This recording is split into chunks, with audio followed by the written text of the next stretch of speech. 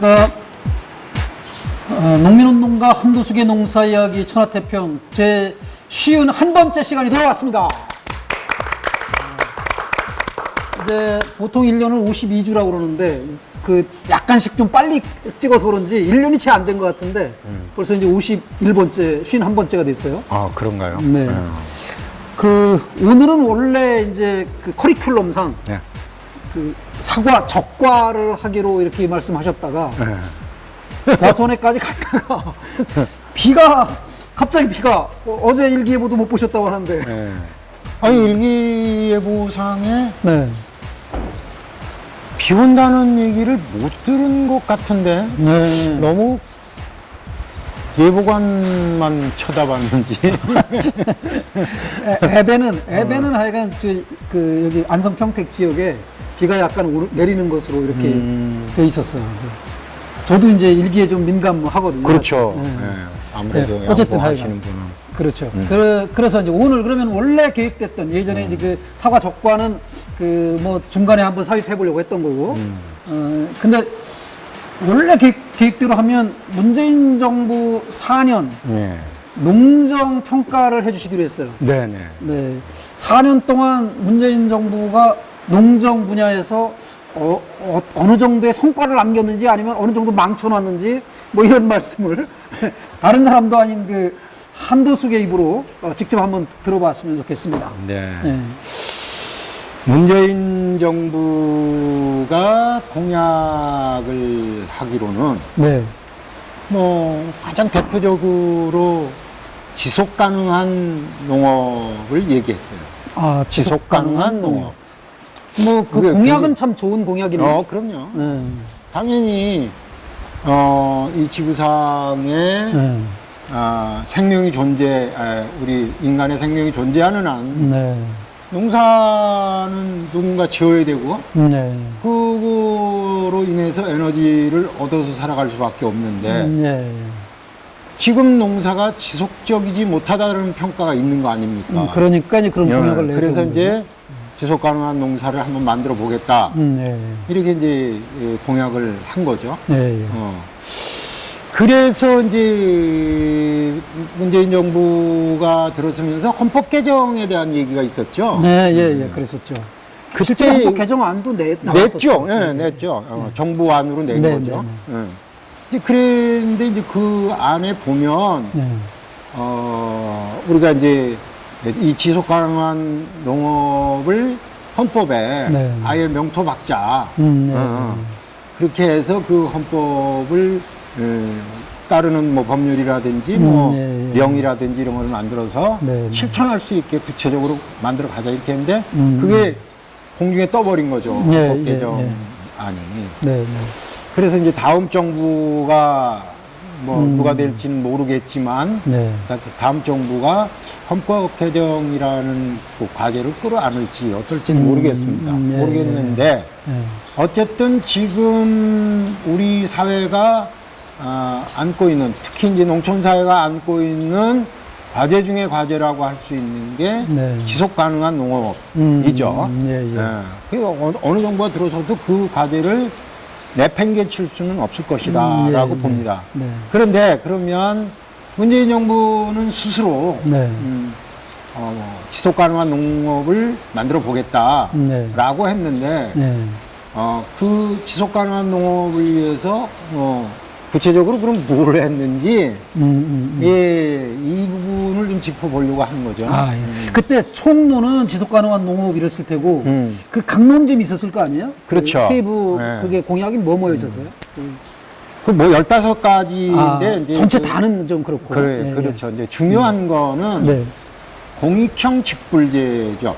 공익형 직불제. 예, 그다음에 직불제라는 건 있고 공익형이 붙은 거는 뭐예요? 그게 이제 공익형이라고 하는 게, 그 직불금의 형태가, 예.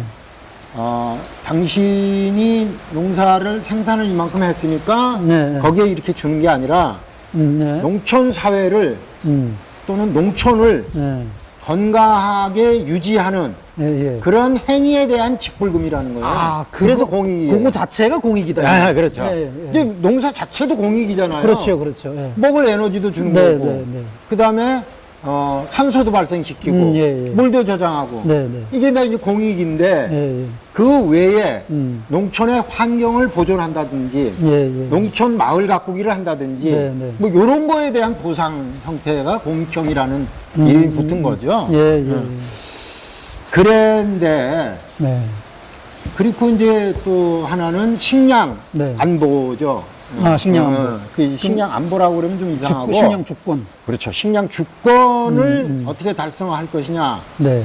그 말이 문재인 정부에서는 약간 좀 변형된 말이었는데 그게 제가 용어가 딱 떠오르진 않고. 네. 네, 네. 하여간 식량 주권과 주권, 예, 관련된 예. 거죠. 네.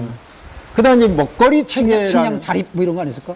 아니 식량 자립이 아니고 바뀌- 그것도 하여간 바뀌기는 네, 네. 먹거리라는 시스템, 네, 네. 먹거리 푸드 플랜이라고 하는 이 부분에 대한 네. 여러 가지 또 공약들이 있었죠. 네, 네, 네. 그런데 문재인 정부가 딱 들어서면서 청와대의 농업비서관이라든지 네, 네. 농림부를 컨트롤하는 농업을 컨트롤할 수 있는 컨트롤 타워가 되는 농림수산부 장관이라든지 네. 농림축산수산부 장관이라든지 네, 네. 이런 사람들의 인사의 난맥이 드러난 거잖아요. 아, 예, 예. 그래서 이제 대통령이 되면서 공약을 했던 것 중에 하나가 또 농특위예요. 농특위. 농특위를 구성해서 농특위가 농업 지속 가능한 농업을 만들어 나가는 대안들을 만들어내는 거를 자문을 받겠다. 네, 대통령 직속 자문위원회. 네, 예. 자문기구죠. 네, 네. 그런데 그렇게 인사에 이제 난맥이 생기면서 그때 농림부 장관이 인사청문회 하고 그러는 과정에서 낙마했나요? 아니 낙마한 게 아니라 네. 할 사람 저를 안 불러요. 저를 불러야 되는데 아. 저를 안 부르고 다른 사람들 시키려고 그러니까 안 가거나 또 미적미적하거나 뭐 이런 게 있었어요. 그리고 또 뭐 농림부 장관으로 들어오는 사람들이 이제 또 인사 이거 뭐지 뭐 청문회 이런 과정에서 이게 좀 또 망신당할까봐 이제 안 하려고 하는 사람들도 더러 있고, 네. 뭐 구체적으로 누구라고는 얘기 않지만 네. 그런 사람들도 있고 그러다 보니까 결국은 이제 그 농림부의 인사로 이제 이렇게 아주 쓸만한 개혁적인 농업에 대해서 좀 쌈박하게 알고 계신 한도숙 같은 분은 아예 생각도 못하고. 그렇죠. 네. 네. 그래서 이제 뭐 솔직히 그 이제 뭐 이계호라고 네, 네. 농해수위원장을 했던 네. 국회의원이 있는데 이 친구는 이제 그 빈자리를 메워야 되니까 그 친구를 이제 부른 거예요. 네, 네, 네. 국회의원은 뭐 인사청문회에서 뭐 이렇게 잘 통과가 되잖아요. 네, 네. 그러니까 이제 이 친구 불렀는데 이 친구 한다는 말이 일성이 네. 나는 내년도에 총선에 나갈 겁니다. 어, 몇 개월 안 남은 거요. 네, 그 당시에 네. 장관을 수락하지만 1년도 안 남은. 1년도 안 남은 네, 이 기간만큼만 네, 하겠다. 그래서 실제로 이제 장관이 그럼- 3개월 네. 안에 나와야 되잖아요. 네, 네. 몇 개월 못 하는 거죠. 이렇게 난맥상이 있었던 거예요. 그럼 뭐 설사 그거 좀 한 7, 8개월 장관을 하더라도 총선에 제밥에 이제 가서 그렇죠. 있을 테니까 예, 예. 한국의 농업 정책 이거는 뭐 이 일을 못 하는 거예요. 예. 이제 그런 거예요. 그러면서 또 청와대의 농업수석 비서관도 다시 또 농업수석 비서관도 뭐 보니까 아니 그홍 누굽니까? 예, 재정경제 쪽에 홍남기? 그 부총리한테 예. 죄 얻어맞기나 하고 안 되더라고요. 뭐 그런 것도 있더라고요. 네. 하여간 어쨌든 예.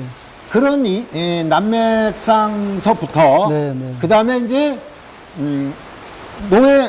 농특위 네. 구성도 이게 자꾸 지지부진해지고 그러는 거예요. 예. 그래서 이제 그 일단의 농민들, 저를 포함한 일단의 농민들이 청와대 앞에 단식 농성을 틀은 거죠. 그래서 한 달이 넘게 단식 농성을 하면서, 이제 우리도 네. 그 좀 일찍 시작했어야 되는데, 눈치만 보고 있었던 거죠. 언제 하나, 언제 하나, 그러고, 빨리 해야 되는 거 아닙니까? 얘기만 하다가, 안 되겠다 싶어서 이제 자리 깔고 앉았던 거 아닙니까? 네, 네. 그렇게 해가지고 겨우 이제 2년 만에, 농특위가 이제 꾸려지고, 그리고 이제 또 총선 지나고 나서, 장관은 이제, 농림부 차관이었던 사람이 현재 지금 장관이죠. 관료 관료 출신을 장관으로 하면서 이제 필드 출신이 이제 뭐 좀 하려 그랬는지 어쨌는지 몰라도 이제 학자 출신, 연구자 출신이 이제 차관으로 이렇게 이제 보충이 되는 그런 형태로 이제 인사를 이제 한 거죠. 네. 이런 과정을 보면서 문재인 정부가 이게 지속 가능한 농업을 하겠다고 그랬는데 이거 뭐 시작하자마자 준비해도 저기 한데 계속 늦어지면서 2년을 허비해 버렸잖아요. 네, 2년을 네, 허비했고 그리고 이제 또 농특위를 이제 만들었는데 농특위가 1년 정도를 이제 흘러가니까 이제 농림부의 관료 또는 다른 청와대 관료들하고 이게 마찰이 또 이게 갈등이 드러나는 거예요. 그러다 보니까 이제 그 농특위 위원장 초대 위원장을 맡았던 이제 박진도 교수가 이제 사표를 내게 되죠. 이게 그러다 보니까 3년 뭐 몇 개월이 흘러가 버린 거예요. 예, 박진도 교수는 굉장히 진보적인 농정을 폈을 것 같은 느낌이 들어요. 네, 뭐 그렇게 얘기하죠. 그렇게 얘기하는데 또 학자 출신이다 보니까 뭐 물론 당신은 현장을 잘 안다라고 얘기하지만 또 현장하고는 또 괴리가 많이 있어요. 어쨌든 진보적인 그런 생각을 가지고 이 지속 가능한 농업을 어떻게 만들어 나갈 것인가를 이제 고민하던 도중에 또 이제 하차를 해버린 거 아닙니까? 이제 그러고 나서 이제 1년 반 정도 남은 상태에서 이제 정현찬 우리 전직 의장이 이제 위원장으로 들어가서 뭐 좀 해보겠다고 하는데 이제 문재인 정부 농정 4년 농정평가라는 거를 이제 세미나를 개최를 했죠.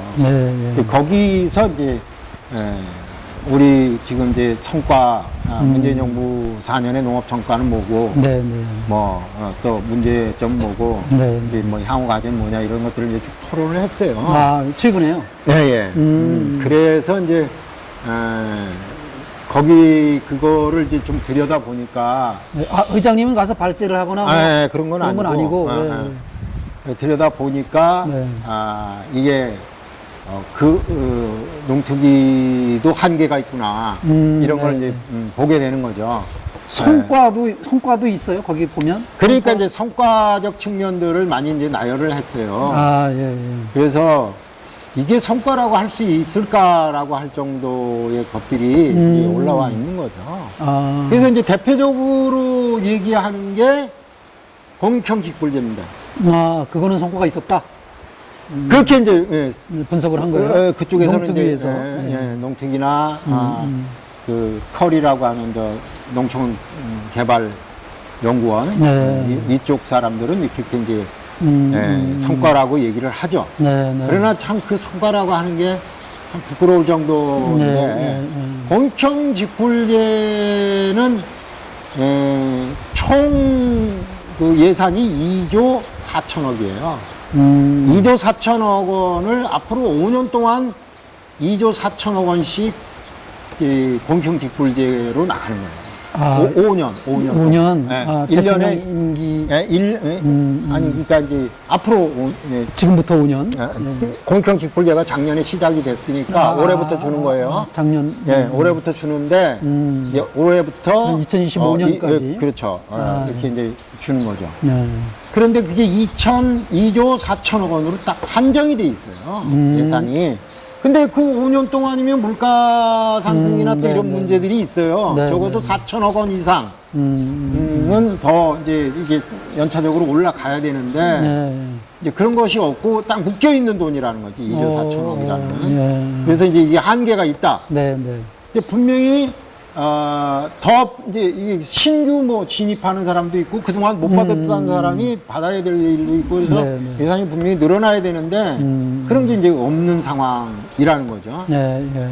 그 다음에 기존에 이제 중농들이 받던 직불금 네. 이게 줄어버려요. 그러면 이 중농들이 받아야 할 직불금이 마이너스 되는 부분들은 어떻게 무엇으로 그걸 보충해 줄 것인가라는 것이죠. 그 공익형 직불금이 그러면 소농들에게만 좀 혜택이 아니, 그렇죠. 이제 그동안에는 소농은 거의 못 받거나, 아니면 뭐 7, 8만 원 받거나 뭐 이러던 게, 0.5헥타 미만인 농가에 대해서는 20만 원을 그냥 주는 거예요. 그거는 뭐 300평을 갖고 있는 농민이든, 네, 500평을 갖고 네, 있던 네. 농민이든, 1,500평을 갖고 있는 농민이든 20만 원 그냥 주는 거예요. 소농들은. 네. 그래서 이게 이제 일종의 뭐 기본소득 비슷하게 이렇게 네, 이제 네. 되는 건데, 20만 원이라는, 연간 20만 원이라는 건. 한 달에 2만 원이 채 안 되는 거니까. 예. 그래서 이거는, 물론 이제, 그동안에 이제 농사를 많이 짓는 사람들은 뭐 그냥 1년에 예. 직불금이 1,000만 원이 넘고, 면적 가지고서 그러니까, 비례해서 했으니까. 이제 이런 부분을 정리한 거는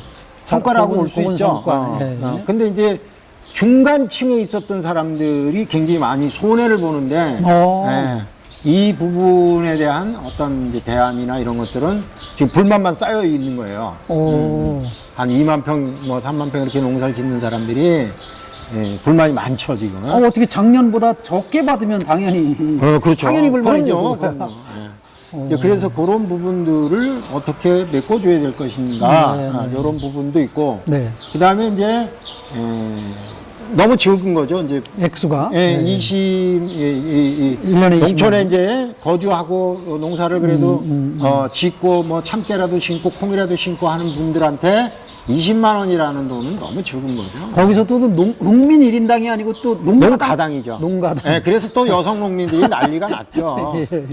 농민당 하자 이제 뭐 이런 얘기들도 있고 이제 그런 한계들이 있고요. 네. 그 공익형 직불제는 어쨌든 의도와는 다르게 좀 농민들의 불만이 좀 많이 쌓이고 있다라는 부분이 있죠. 예. 그리고 이제 그 헌법에 이제 헌법 문제는 나가리가 됐으니까 뭐 더 뭐 얘기할 것도 없고. 그다음에 이제 지속 가능하게 하려면 제가 이제 지금 농특위에서도 이 문제를 잘 못 잡고 있는데 농사를 지속 가능하게 하려면은 이제 물론 이제 그 뭐 학자들은 그렇게 얘기를 합니다. 지금까지 생산에 초점을 맞춰 왔다면 이제는 농촌 또는 환경, 지속 가능성 이런 거에 맞춰가야 된다라고 하고 있습니다. 그렇게 하는데 거기에 맞는 그런 정책들을 내놔야 되는데 이 정책들을 내놓으려면 지난 농정에 좀 평가가 좀 있어야 된다. 나는 그렇게 봐요. 그래서 굉장히 지금 이제 지속 가능하게 하려면 비료를 투입한다. 그 다음에 뭐 또 화학 농약을 막 들이붓는다. 이런 GMO를 한다. 이런 것들에 대한 반성이 있어야 되잖아요. 지금 앞으로는 이렇게 하면 이제 농사는 망한다고 보는 거잖아요. 지속 가능할 수가 없잖아요. 벌레 다 죽이고 농사 어떻게 짓습니까? 이런 것들에 대한 반성이 있어야 되거든. 그러려면은 김대중 정부에서 했던 정책인 친환경 농업 이 부분을 좀 평가를 해야 돼요. 친환경 농업이 김대중 정부에서 김성훈 장관이 제안을 해서 앞으로 우리가 지속 가능한 농업을 만들어 가려면 이 농사를 친환경적으로 그래서 무농약 또 유기재배 뭐 이런 식으로 이게 발전해 나가야 된다. 적어도 14%는 농사를 이렇게 지어야 이게 지속 가능한 농업이 될 수 있다. 근데 이렇게 한 거거든요. 그래서 한 10년 동안 그 친환경 농업. 그러니까 친환경 농업이라는 거는 약을 주는 화학 농약을 주죠. 화학 농약을 주는데 네. 대신 그 양을 반으로 줄이는 거예요. 그다음에 밭에 제초제를 주지 않는 겁니다. 가장 중요한 게. 아, 예. 제초제를 주면은 그 토양 미생물이니 뭐니 네, 다 네. 죽어버리거든. 네, 네. 그런 것들을 하지 않는 거. 그래서 거기에 대한 보상을 해주는 거예요. 네. 거든. 근데 뭐 보상의 액수도 적고 예산이 이제 뒷받침돼야 네, 되거든. 네, 네.